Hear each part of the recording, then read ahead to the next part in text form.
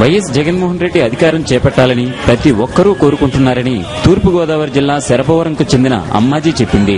ఏం చేస్తుందండి, రాజశేఖర రెడ్డి గారు ఉన్నారు అప్పుడు ఒకలా చేశారండి, ఇప్పుడు ఒకలాగా జరుగుతుంది. అందుకని జగన్ రావాలని కోరుకుని అంత దూరం నుంచి ఇంత దూరం వచ్చాడు.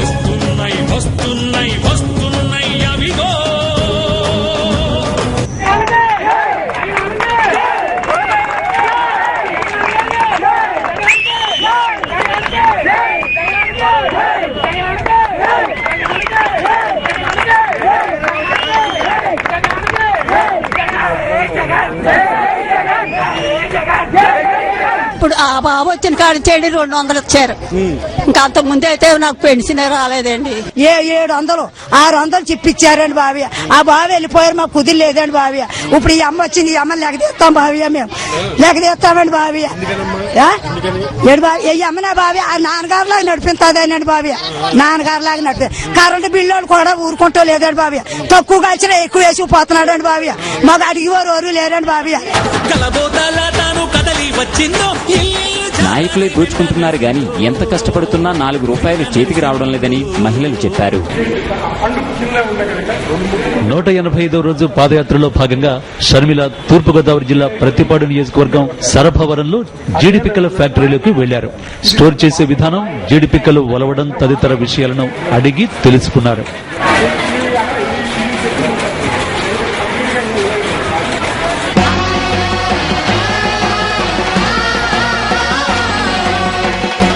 పింఛన్లలో కూడా అన్యాయం జరుగుతుందని, లబ్ధిదారులకు ఇవ్వకుండా రాజకీయ నేతల అనుచరులే పింఛన్లు మింగుతున్నారని మహిళలు చెప్పారు. వైఎస్ జగన్మోహన్ రెడ్డి వస్తేనే తమకు న్యాయం జరుగుతుందనే నమ్మకం ఉందన్నారు. సిమెంట్ రోడ్డు గాని ఒక కరెంటు కూడా ప్రాబ్లం అండి. కరెంట్ ఇలా ఒక్క గంట కూడా ఉండలేదండి కరెంట్ అయితే అని. మరి కుళాయిలు ఈదికి ఒక 2 వేస్తున్నారండి, 4 ఈదుల్లో వాళ్ళు వెళ్ళడం దెబ్బలాడుకోవడం అండి. అటువంటి సమస్యలు ఉన్నాయండి మాకు. ఇవన్నీ సమస్యలు తేలాలంటే జగన్ మేము ఓటేస్తామండి, గెలిపిస్తాం. మాకు ఇవన్నీ అమలు జరపాలి.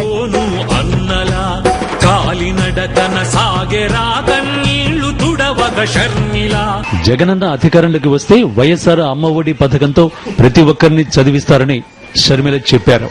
జగనన్న అధికారంలోకి వస్తే ఇచ్చిన ప్రతి హామీని నెరవేరుస్తారని తెలిపారు.